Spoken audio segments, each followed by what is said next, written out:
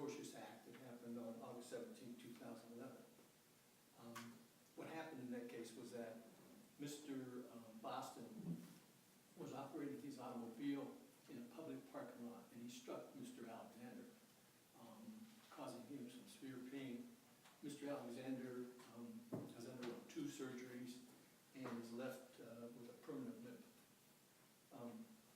There's really no dispute over the facts in this case. Both parties were co-employees of JB Manufacturing. They were fixed situs employees. And on this date, August 17, 2011, somewhere around noon, both were attempting to take their lunch. Mr. Alexander was on foot, left the building, was proceeding across the public parking lot when he was struck by Mr. Boston. Mr. Boston was in his personal automobile, driving in this public parking lot en route to a remote location. The case, the law in this case is basically controlled by Ohio Revised Code 4123.741, which has been commonly called the immunity statute.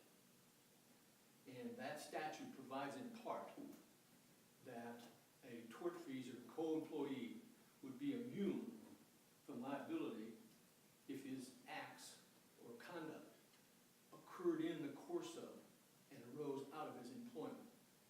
Those are crucial words, because if it didn't arise out of or occur in the course of his employment, then he is not entitled to immunity. And the way you could look at this, just dealing with Mr. Boston, is this. If you wanted to consider whether or not Mr. Boston would be entitled to immunity, if you looked at it from this standpoint, had he been hurt, had he maybe struck a pole or something, and he was hurt in this accident, the question would be, if he filed a workers' compensation case, would his claim be allowed? And the answer to that is no, it would not be allowed. Why? Because it didn't happen in the course of the rising out of his employment. Operating his automobile, personal automobile, in a public parking lot has no way, shape, or form connected to the employment. There's no causal connection. That's what the law requires for immunity. There must be some causal connection between the accident, injuring accident, and the employment. Now, there can be no real question in that Mr. Boston was not in the course of his rising out of his employment, and therefore he's not entitled to immunity, and that would end the inquiry because the statute is very clear. But there is another, I'll use the term nuance, which is basically an extension of the statute that basically says, if the accident happened in the zone of employment, then there could be immunity. The zone of employment has been defined as an area that is owned or controlled by the employer. And that really is where this case comes down to when we are arguing. There's no question, and it's been admitted, that the employer did not own the parking lot. That's a fact. In fact, in defending this case at the Industrial Commission level, they testified that they didn't own the parking lot. So we're down then to control. The question is, did he control the parking lot? The inquiry into the zone of employment is kind of like a moving figure. You know, what represents the zone of employment? In some cases, it can be a parking lot. In some cases, it cannot. Suffice to say, is ownership the key distinction? It's either or, Your Honor. If the employer owns the parking lot or controls the parking lot. But, I'm sorry? How does, if the employer does not own the parking lot, what then can control over the parking lot sufficient to bring it within the course and scope of employment. That, of course, is the issue in this case, whether or not the employer controlled the parking lot. What the courts have looked at is proximity, that's one issue. They look at the benefit to the employer for that being within the zone of employment. In other words, there are cases that set out where a person who is on a lunch break, let's say a lunch break, unpaid lunch break, you would say, well, that's not connected to the employment, that's a personal thing. But when that person is eating lunch in let's say, an area adjacent to the plant, you've seen these places where they've set up the picnic tables and things like that, the law says that's the zone of employment. And so, Even if the employer didn't put the picnic tables there and doesn't own the property. well, I'll get into what the facts are in this case in terms of control, and I guess we can talk about that now. This parking lot is, and I'll try to give you a visual on this. This parking lot is surrounded by a variety of other companies. This parking lot is used by other companies and for their employees. It is also open to the public. There's no gates, there's no guards or anything like that. Employees and public are free to park anywhere. There's no assigned spaces. It would be similar to, and I think I covered this in my brief, it'd be similar to a strip mall where you have, a JCPenney and what have you. Now, all those vendors have access to that parking lot, but they don't control it. You can park in front of JCPenney and go into O'Neill's, whatever it is. It's a public parking lot. Now, the case, the defendant will argue that this accident happened within 30 feet of the door that my client came out of. They will argue that proximity is therefore control. The problem with that, that's not the law. Proximity is but one issue. It isn't the law. You can't make the argument that since it happened within 30 feet, that's control.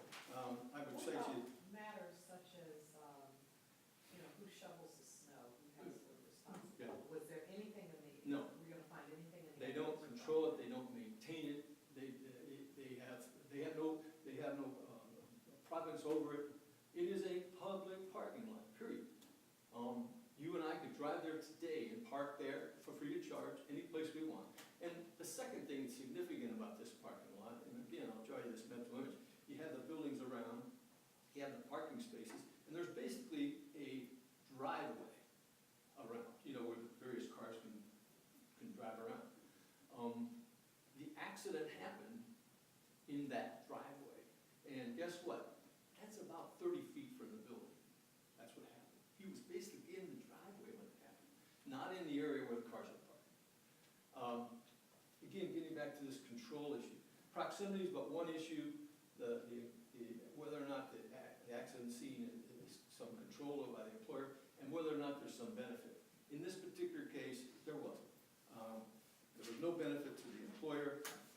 If there was any benefit at all, it was from Mr. Alexander, who intended to stay in the area, the parking lot, whereas Mr. Boston was leaving the scene. I think a critical difference here is once Mr. Boston got in his personal car and was driving in this parking lot, it's just like any other accident. It happens. He is not entitled to immunity in this case because there is absolutely no connection to the employee, and therefore it is not in the zone of employment. The trial court in its order, I'd like to quote that if I may. Trial court in its order says clearly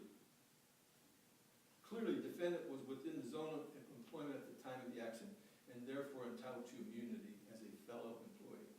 To that point, I was just gonna ask you about that finding. This case came before the court on motion for summary judgment, correct? Originally, yes. And here, it sounds as if the trial court is making a finding of fact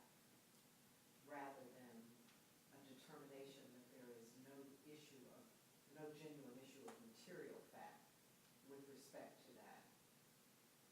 Does it sound like a factual finding to you?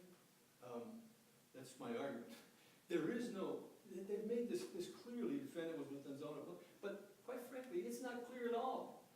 The only thing that they have is that it happened within 30 feet of the door. There is no other facts to support the theory that that this accident happened in the zone of employment. Moreover, the cases cited by the trial court, Kovac, MTD Products, and Donnelly, aren't relevant because in each one of those cases, that wasn't the zone of employment. Those parking lots were all owned by the employer. So the control thing wasn't an issue.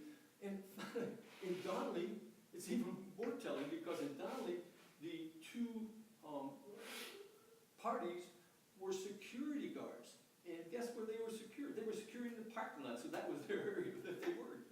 So there just is no support for this idea or this theory by the trial court that clearly the defendant was in the zone of employment. The fact is he was not in the zone of employment, and therefore he is not entitled to immunity. The cases cited are relevant. There are no facts other than this 30-foot thing. And I don't know if the court would want to or not, but I'm prepared to exhibit to you what 30 feet is. But basically 30 feet, if you take a two-lane road, like between the buildings here, that's about 30 feet. So that's about how far he is, but I can show you what 30 feet is. Bottom line is Mr. Boston is not entitled to immunity. His accident, his conduct did not occur in the course of rising out of the employment as the statute provides. He was not in the zone of employment because the employer did not own the property and did not control the property. It was a public parking lot. Therefore, we respectfully request that the trial court's order be reversed and Mr. Alexander be able to present his case to the jury. Thank you. You will have about 2.5 minutes remaining. Thank you.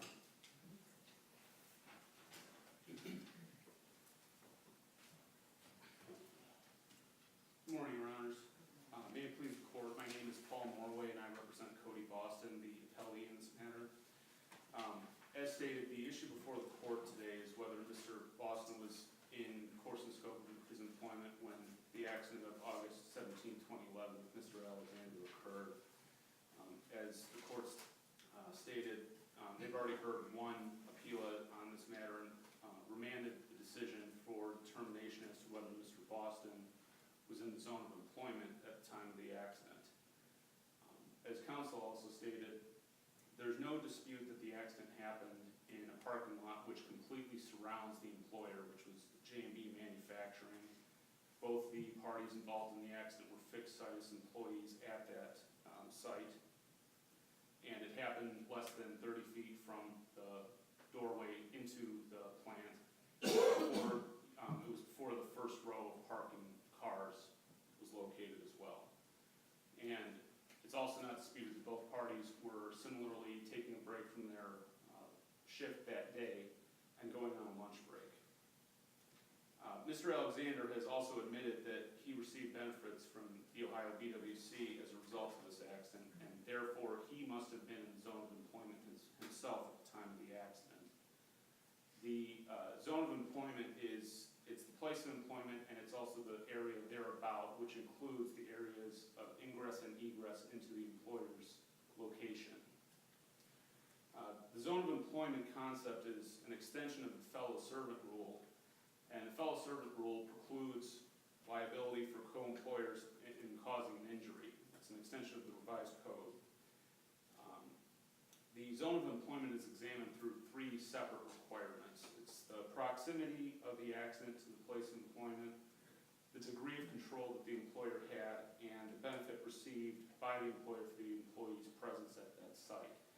The examination is not just based on one aspect of that test. It's a totality of circumstances examination of all 3 of those components. So what are the facts of record that speak to the employer's control? With regard to control, there's the fact that the parking lot itself completely surrounds the building, and no employees can get in or out of the building without crossing this parking lot. In addition, there is a lunch area set immediately outside the front door of that one, of the J&B's location. And other employees, I believe, were eating lunch at the time as well. So the fact that a employee cannot get in and out of the building at that area without crossing the parking lot gives credence to the control aspect of the zone of employment. In addition, Mr. Alexander, throughout the extensive briefing, this case it's gone through summary judgment, one appeal, there's been additional briefing at the trial court level, and then this appeal. He's not disputed elements 1 and 3 of the zone of employment portions of the test on the briefing. By not disputing those, he's essentially conceded that Mr. Boston meets those first 2 portions of the zone of employment test. The only issue is with control, which Mr. Alexander has argued over and again appears to be synonymous with ownership. Control and ownership are not necessarily the same thing. But as I just said, the parking lot here completely surrounds J&B's location. Based on the fact that it surrounds it and employees can't get in and out of the building without crossing this parking lot, and coupled with the close proximity to where the accident happened as opposed to where the entrance is, it supports the trial court's decision that this happened in the zone of employment. So does that make the issue of control almost a legal fiction? Because the fact that the parking lot completely surrounds the building and that employees have to cross over, even though the employer doesn't own it, they have to cross over in order to get in and get out, doesn't really line up with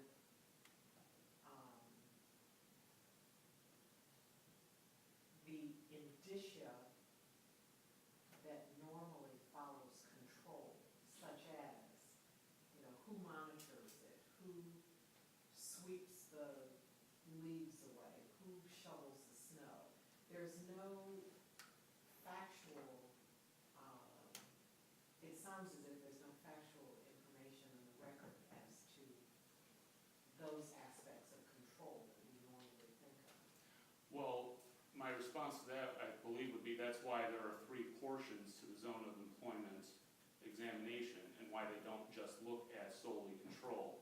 It has to be looked at in accordance with the other 2 aspects as well.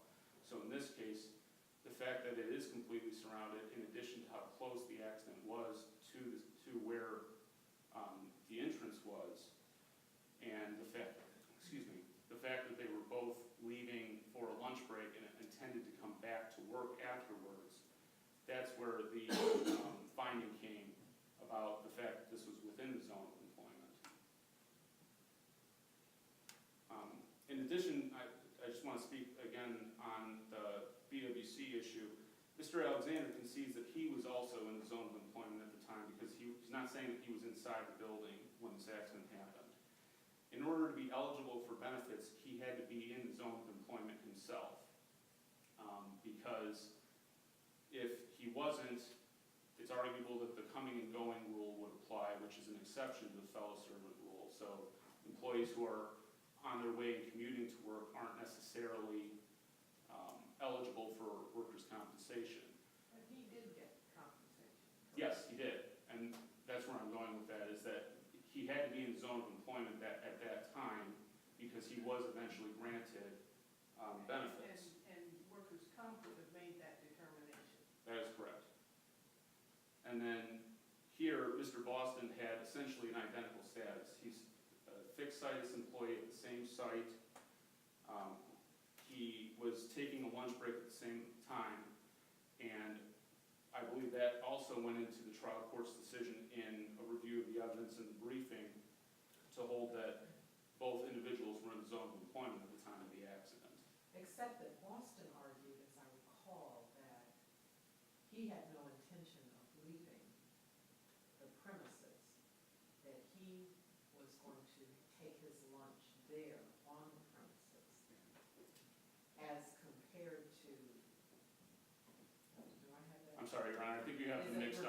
Mr. Alexander, it's my understanding Mr. Alexander was going to eat lunch in his car, and Mr. Boston was going to, I don't know where he was going, fast food Leave. restaurant, and then he was Okay. going to be coming back. Okay. And I guess my final point would be just from an equity standpoint. Mr. Alexander has already been compensated for his alleged injuries through the BWC. BWC has given him an award for claiming medical bills, pain and suffering, lost wages, etc. This suit really represents an attempt to collect double for the same incident. We would respectfully request that, or submit that equity would preclude such a windfall in his favor. Is there a statute that covers that? I believe there is, but I can't say right now. I apologize. If there are no other questions, I would respectfully request on behalf of Mr. Boston that the court affirm the trial court's decision granting summary judgment. Thank you. Counsel, you have 2.5 minutes. Maybe I can respond to this quick one. The statute, there's an automatic subrogation. So if Mr. Alexander is successful in his claim against Mr. Boston, the PWC has an automatic full subrogation. So it's not, there's no doubt in here. Let me just, I have 2 minutes, so I'll make it. Number one, they're not accurate when they say we've conceded that issue on the 3 elements.